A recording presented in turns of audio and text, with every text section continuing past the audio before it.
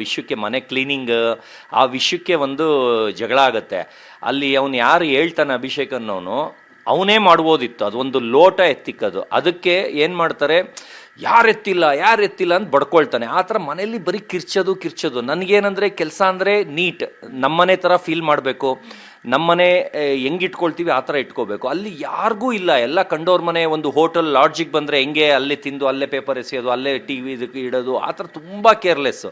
ಆದರೆ ನನಗೇನು ಜವಾಬ್ದಾರಿ ವಹಿಸ್ತಾ ಇದ್ರು ಅಂದರೆ, ಅದು ಟಾಯ್ಲೆಟ್ ತೊಳೆಯೋದನ್ನು ಯಾರೂ ಒಪ್ಪಲಿಲ್ಲ.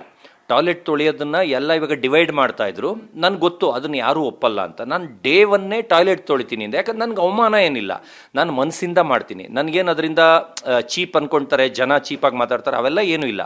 ಅದನ್ನು ಎಷ್ಟು ನೀಟಾಗಿ ಒಂದು ವಾರ ಇಟ್ಕೊಂಡಿದ್ದೆ ಅಂದರೆ, ಒಂದು ವಾರ ಆದಮೇಲೆ ಬೇರೆಯವ್ರಿಗೆ ಇದು ಮಾಡಿದ್ರು, ಒಂದು ದಿವಸನ ಗಮ್ ಅನ್ನಲಿಲ್ಲ. ಅಂದರೆ ಅಷ್ಟು ನೀಟಾಗಿ ತೊಳಿತಾ ಇದ್ದೆ, ಅಷ್ಟು ನೀಟಾಗಿ ಇದು ಮಾಡಿ ಎಲ್ಲರಿಂದನೂ ಚಪ್ಪಾಳೆನೂ ತೊಗೊಂಡೆ. ಅದು ಹಾಕಿದಾರೋ ಇಲ್ವೋ ಇನ್ನೂ ನಾನು ನೋಡಿಲ್ಲ. ಎಲ್ಲರೂ ಇದು ಮಾಡಿದ್ರು. ಅದು ಜಗಳ ಆಗಿದ್ದ ದಿವಸ ಎಲ್ಲರೂ ನನಗೆ ಕಣ್ಣಲ್ಲೇ ನೀರು ಬಂದ್ಬಿಡ್ತು. ಇದು ಯಾಕೆ ಅವ್ರವ್ರಿಗೆ ವಹಿಸಿದ್ದು ಅದನ್ನು ಮನಸ್ಸಿಂದ ಮಾಡಿ, ಅವಾಗ ಮನೆ ನೀಟಾಗಿರುತ್ತೆ. ಈಗ ನೀನು ಮಾಡು ನಾನು ಮಾಡು ಅಂದರೆ ಆ ಟಾಯ್ಲೆಟ್ ಬಿಟ್ಟು ಮಿಕ್ಕಿದ್ದೆಲ್ಲ ತುಂಬ ಗಲೀಜಾಗಿತ್ತು. ಆಮೇಲೆ ಅಡುಗೆ ಮನೆಯೂ ಹೆಂಗೆ ಅಂದರೆ ಸ್ಟವ್ ಜಿಡ್ಡಾಗಿ ಇದೆಲ್ಲ ಕಾಟಾಚಾರಕ್ಕೆ ಸುಮ್ಮನೆ ಕಸ ಎತ್ಬಿಡೋದು ಅಷ್ಟೇ. ಆ ಆಯಿಲ್ ಒರೆಸೋದಾಗಲಿ ಅವೆಲ್ಲ ಏನು ಮಾಡ್ತಿರಲಿಲ್ಲ. ನೆಕ್ಸ್ಟ್ ನನಗೆ ಕಿಚನ್ಗೆ ಹಾಕಿದ್ರು. ಅವಾಗ್ಲೂ ನಾನು ಇದು ಬರುತ್ತಲ್ಲ ಪಾತ್ರೆ ತೊಳೆಯೋದು ವಿಮ್ದು ಲಿಕ್ವಿಡ್, ಅದೆಲ್ಲ ಹಾಕಿ ಇದು ಮಾಡಿದೆ. ಅಂದರೆ ಆ ಥರ ಒಂದು ಏನೇ ಇದ್ರೂ ಅದು ನಮ್ಮನೆ ನಮ್ಮ ವಸ್ತು ಆ ಥರ ಅವ್ರು ಕೇರ್ ತೊಗೋಬೇಕಿತ್ತು. ಅಂದರೆ ಯಾರೂ ಕೇರ್ಲೆಸ್, ಎಲ್ಲರೂ ಕೇರ್ಲೆಸ್ಸು, ಬರೀ ಜಗಳ ಆಡೋದ್ರಲ್ಲೇ ಇದಾಗ್ಬಿಟ್ಟಿದ್ರು. ನನಗೆ ಆ ಜಗಳನೇ ತಲೆ ಚಿಟ್ಟಿಡ್ದುಬಿಡ್ತು.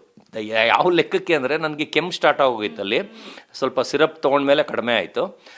ಯಾವ ಲೆಕ್ಕಕ್ಕೆ ಅಂದರೆ, ನನಗೆ ಅವ್ರ ಜಗಳ ಕೇಳಿಸ್ಕೊಳ್ಳೋಕ್ಕೆ ನನಗೆ ಹುಚ್ಚು ಹಿಡಿಯೋದು. ಅದರಿಂದ ನಾನು ಜಾಸ್ತಿ ಮಾತಾಡ್ತಾ ಇರಲಿಲ್ಲ. ಅಂದರೆ ಅನ್ನೆಸೆಸರಿ ನಾನು ಇನ್ವಾಲ್ವ್ ಆಗೋದು ಯೂಸ್ ಇಲ್ಲ.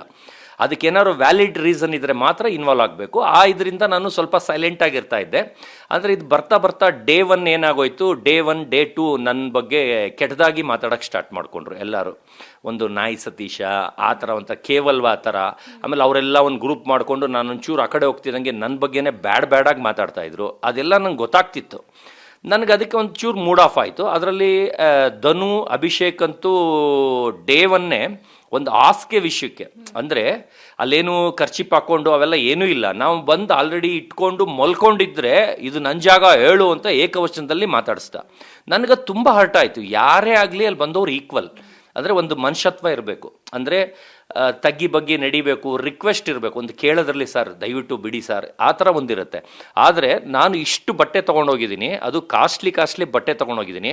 ನನಗೆ ಒಂದು ಮಂಚದ ಕೆಳಗೆ ಇಟ್ಕೊಳ್ಳೋಕ್ಕೆ ಡ್ರಾಯರ್ ಇರುತ್ತೆ, ಅಲ್ಲಾಗಲಿ ಎಲ್ಲೂ ಜಾಗ ಕೊಡಲಿಲ್ಲ. ಎಲ್ಲರೂ ಅವ್ರವ್ರದ್ದೇ ನೋಡ್ಕೊಳ್ತಾ ಇದ್ರು. ನಾನು 2 ವೀಕ್ಸು 15 ಡೇಸು ನೆಲದ ಮೇಲೆ ಇಟ್ಟಿದ್ದೀನಿ. ಅಷ್ಟು ಬಟ್ಟೆನೂ ನೆಲದ ಮೇಲೆ ಇಟ್ಟಿದ್ದೀನಿ. ಅದು ಓಡಾಡೋ ಜಾಗದಲ್ಲಿ ದಿನ ಪರ್ಕೆ ಕಸ ಗುಡಿಸ್ತಾ ಇದ್ರೆ ಪರ್ಕೆ ಟಚ್ ಆಗೋ ಥರ, ಆ ಥರ. ನಾನು ಒಂದು ಜಗಳ ಆಗಲಿಲ್ಲ, ಬಂದಿದ್ದ ಕಡೆಗೆ ಅನುಸರಿಸ್ಕೊಂಡು ಹೋಗಬೇಕು. ಅಂದರೆ ಎಲ್ಲ ಇಟ್ಕೊಂಡ್ಬಿಟ್ಟಿದ್ದಾರೆ, ಏನು ಮಾಡೋಕ್ಕಾಗುತ್ತೆ, ಆ ಥರ ಅನುಸರಿಸ್ಕೊಂಡು. ಆದರೆ ನಾನು 2 ವೀಕ್ಸ್ ಆದಮೇಲೆ ಅದು ಡ್ರಾಯರ್ ಖಾಲಿ ಆಯಿತು. ಆವಾಗ ಎಲ್ಲ ನಾನು ಅಲ್ಲಿ ಇಟ್ಕೊಂಡ್ರೆ ಮಾಳು ಅವರೆಲ್ಲ ಒಂಥರ ಗುರ್ಗುರ್ ಅಂತ ಅಂದರು.